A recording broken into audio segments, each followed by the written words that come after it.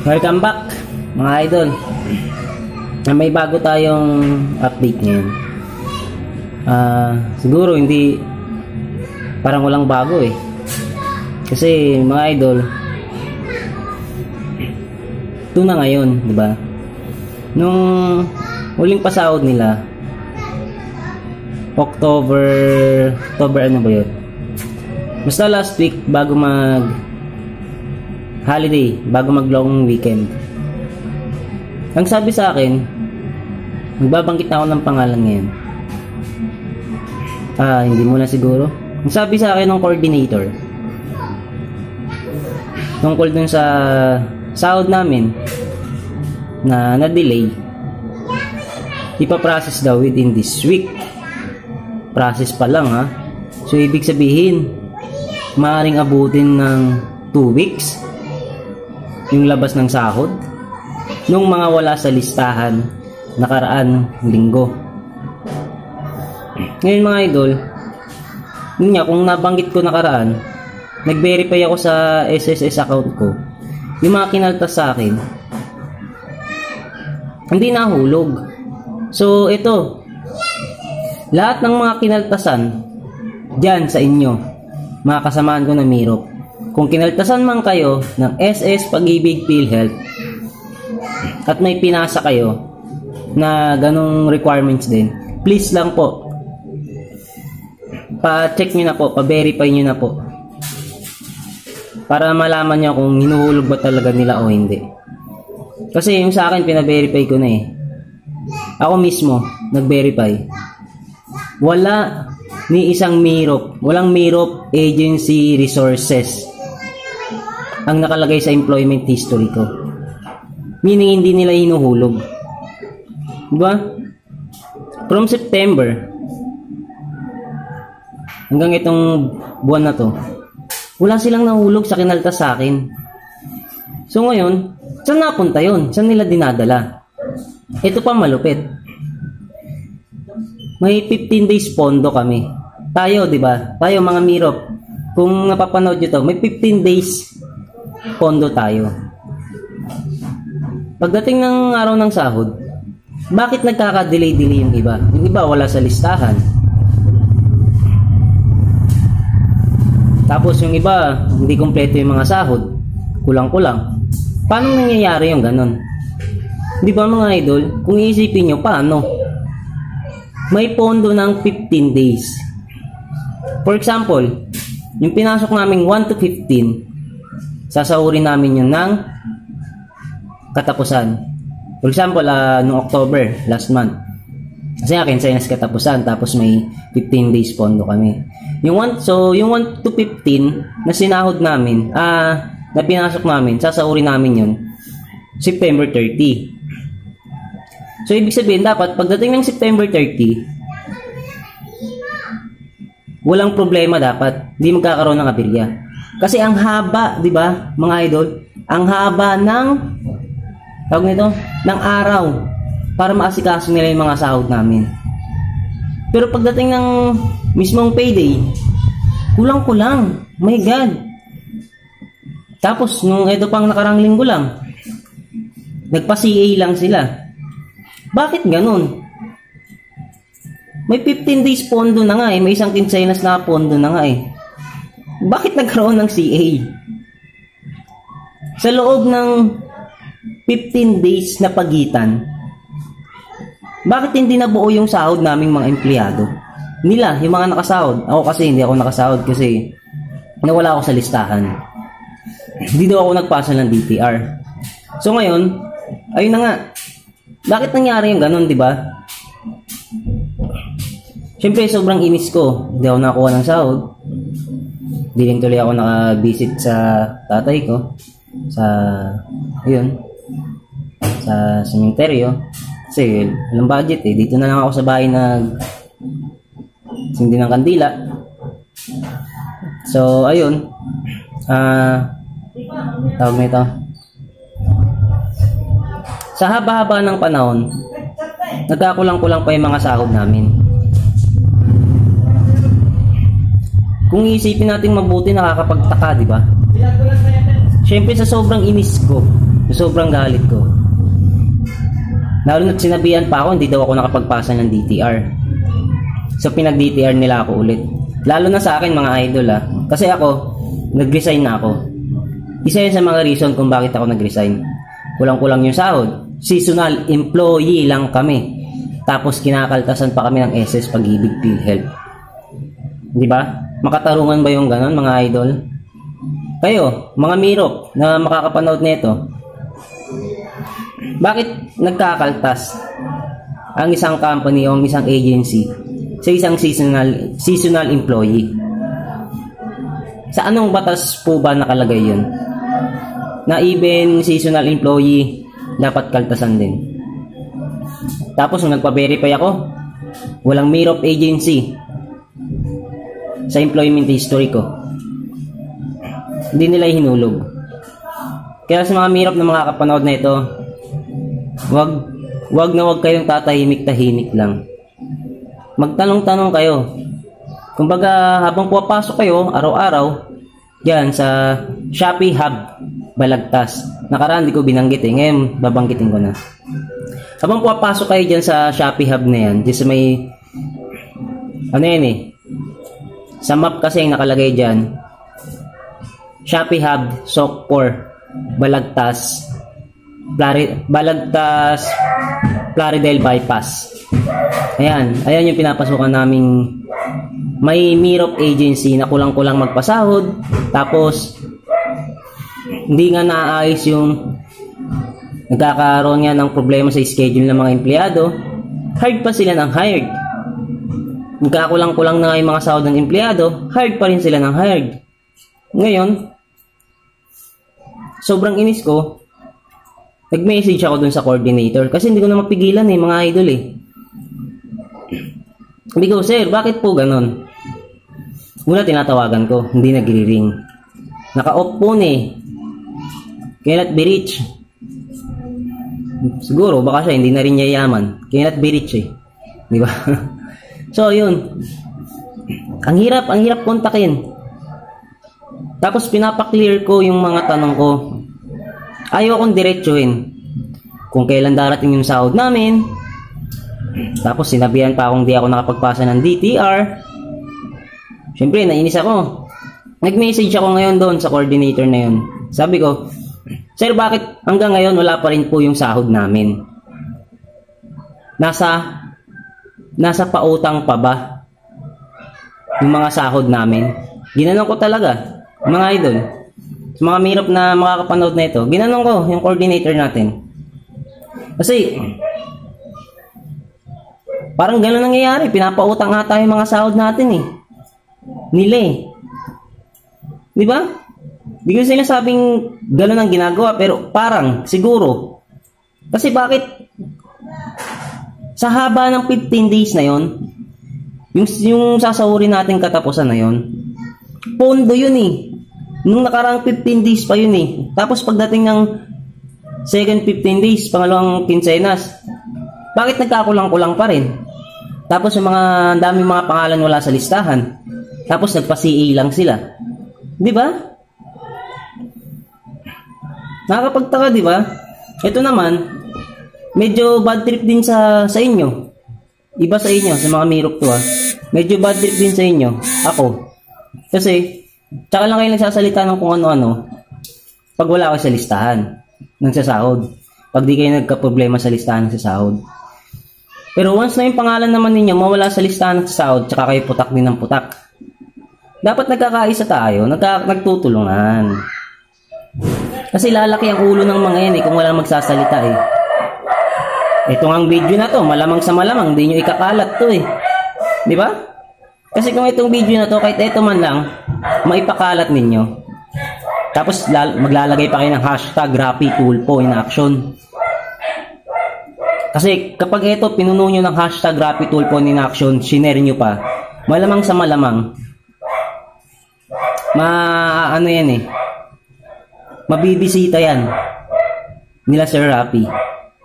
Di ba yan naman ang gusto ninyo natin, di ba? Mga sakop ng Mirop Agency, ang matulpo sila, maimbestigahan sila, bakit gano'n nangyayari. Sa simpleng pagpindot lang ng share, comment lang ng hashtag RapiTulfo in action. Samantalang makakita kayo ng mga, lalo na sa mga lalaki dyan, makakita kayo mga sexy video. Ano na kayo kagad? Panay like na kayo, panay comment kayo. Di ba? So magkaisa tayo mga idol, magtulungan tayo. Iparating natin to kay Sir Rapi. Tapos ayun, yung sinabihan ko nga ganun yung coordinator. Sabi ko ako ganun, nasan ba yung mga sahod natin? Nasa pautang pa ba? At bakit wala pa? Ang sabi sa akin late daw kasi ako nagpasa ng DTR. Paano late magpapasa ng DTR? Pinaulit niya ako mag-DTR. Samantalang nakapag-DTR naman na ako nung una.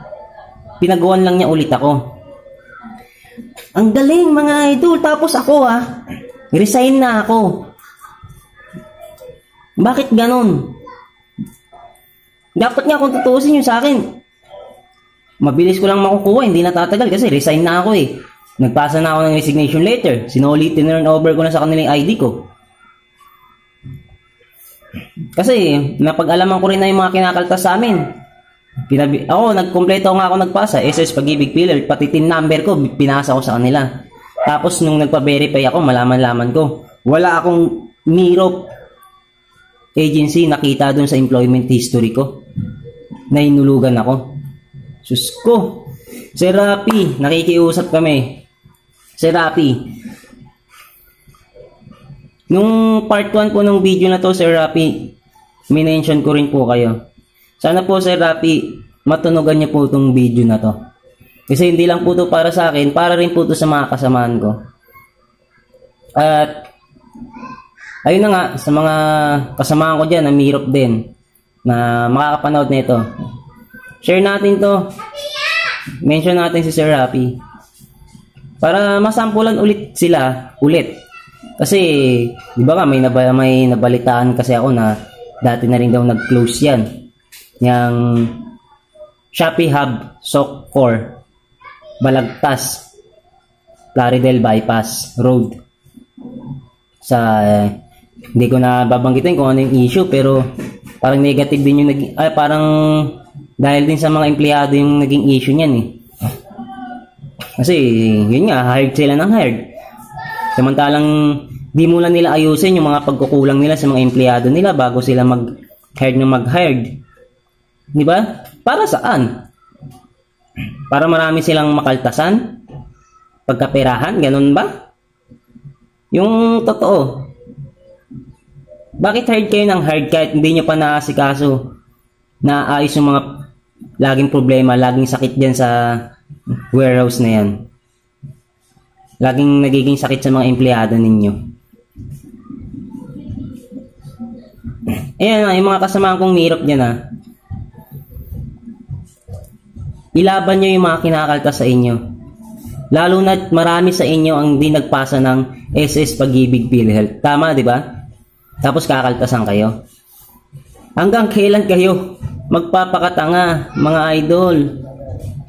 Please lang. Pinaghirapan niyo yan, lalo na tayong mga panggabi. Hindi madali magpuyat, di ba?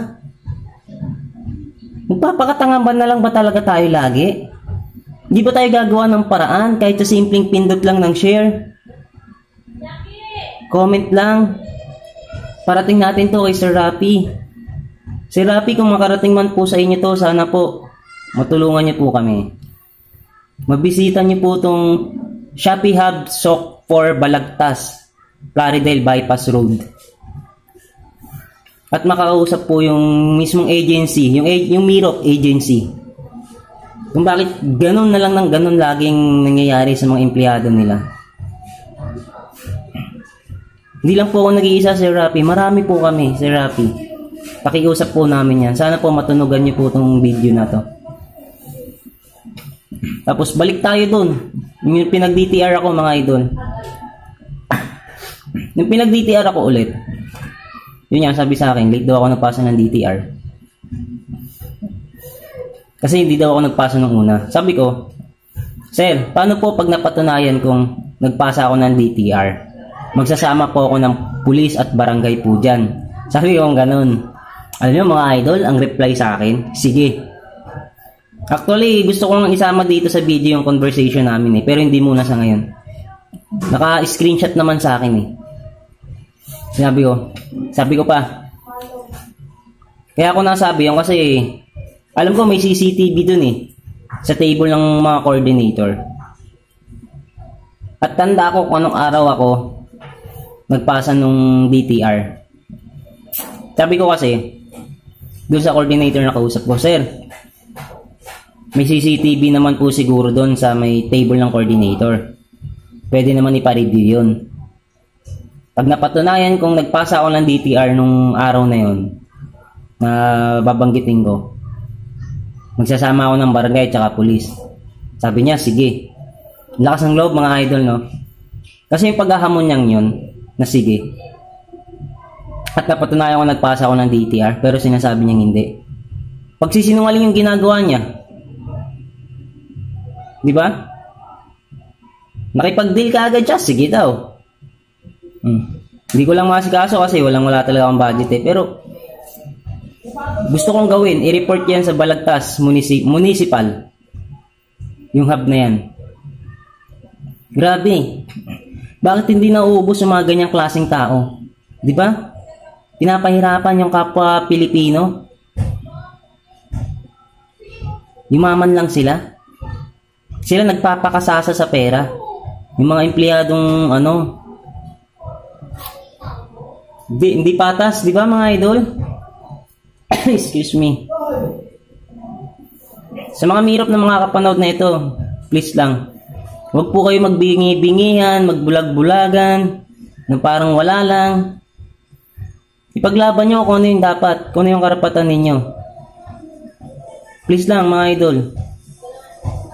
Sa iba pang makakapanood na ito, tandaan nyo, yung Shopee Hub na yan, sa Plaridel Bypass. Hindi maganda ang sistema ng dyan. Ang kalakaran ng ng warehouse na yan dyan sa mga empleyado nila. Siguro hindi natin lalatin. Kapag nalagay ka sa agency ng Mirop, hindi ko masabi na lahat ng empleyado Pero marami rin kasi talaga nagre-reklamo dyan ng mga empleyado. Pinagtataka ko lang, buti tumatagal pa sila. At hindi nila magawang magkaisa. Ewan ko ba? Bakit ganon? Reklamo sila ng reklamo. Kayo, itong mga kasamahan ko, kung mapapanood nito, reklamo kayo ng reklamo. Wala naman kayong nagagawa. Puro reklamo lang kayo, puro putak kayo ng putak. Wala naman kayong ginagawang action. Ano mangyayari sa kakaputak ninyo? Kung di kayo gagawa ng action. At ito nga lang mismo pag-share ng video na to. Pag-comment ng #RappiTulfo in action. Di nyo magawa Tapos, kabibilis pa ng mga bunganga ninyo, putak ng putak. Ano mangyayari sa kakaputak-putak ninyo kung wala kayong gagawin? Mga idol. Diba? Gumawa tayo ng paraan para maimbestigahan yan sila. Kasi hindi yan sila matatauhan Kung walang maglalakas loob na mareklamo yan sila. Unang-una dyan, yung mga kinakaltas nila. Baka nga sigurado na lahat tayo na kinaltasan sa mga sahod natin. Malamang sa malamang. Hindi lang ako, pati kayo. Hindi kayo inulugan yan. Lalong-lalo na doon sa mga hindi nagpasa ng SS Pag-ibig PhilHealth. Ni isa walang pinasa yung iba sa inyo, di ba? Biodata or resume lang. Tapos kinaltasan ng SS Pag-ibig PhilHealth. Di ba? Seasonal employee pa nga. Di ba? Sa susunod mga idol, hindi ko kasi wala akong kasama Gusto ko rin silang videoan ng actual Kung may makakausap ako Mahirap kasi makipag-interview yung isa sa kanila nang ako lang may hawak mismo ng video. Gusto ko may kasama ako hawak ng video. Yan yung mga idol. Gagawa natin yan sila ng actual video na may interview ako sa kanila. Kaparating din natin kay Sir Rapi. At ito, sana mga idol, tulungan tayo mga idol. Parating natin to kay Sir Rapi. Please lang. Wala pa nga 5 minutes yung gagawin ninyong share eh. Tapos pag comment ng mention nyo lang si Sir Rapi. Baka nga wala pang 2 minutes yun. Baka nga seconds lang yung gagawin nyo yun. Di nyo pa magawa. Tapos pagdating sa sahod, putak kayo ng putak. Kulang yung mga sahod ninyo. Ini-stress nyo lang yung sarili nyo, kakaputak nyo ng putak. Ano magagawa ng kakaputak nyo ng putak? Diba? So, sa ngayon mga idol, ito na lang muna. Siguro, asahan natin magkakaroon ng part 3 to. So, sa mga gustong sumubaybay ng video na to, at mag-aabang kung ano yung mga susunod na mangyayari, update, subscribe nyo na rin mga idol para pag may mga bago akong i-upload na video, masishare nyo kagad. Diba? Kasi yung gagawin natin pag-share na ito ng video na to, marami ring mga naghahanap ng trabaho ang ma-alarma. Ay, eto pala. Si Shopee Hub Socor ng Balagtas, Plaridel Bypass, Bulacan. Ganito pala magpasahod yung Mirop agency dito. Diba? At least, magkakaroon na sila ng doubt sa sarili nila na mag-apply sa warehouse na yon. Diba? Kasi isipin nila, baka magaya sila sa atin. Hindi nakatulong pa tayo. Hindi lang sa akin, sa inyo, sa atin, pati sa kanila, na mga hindi pa nakakaalam. Naging aware sila. Nagkaroon silang awareness. So, yun lang mga idol. Masyadong mahaba na eh, yung video natin eh. So, good luck sa mga matatag na nananatili dyan sa Shopee Hub, Balagtas, Plaridel Bypass Road. Good luck sa inyo. Sana yumaman kayo dyan. At sana yumaman pa ng lalo yung nagpapasahod sa inyo dyan sa ginagawa nila.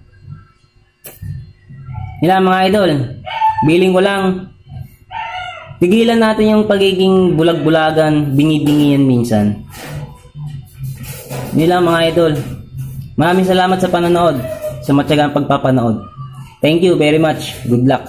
Advance Happy New Year na lang sa inyong lahat. Thank you.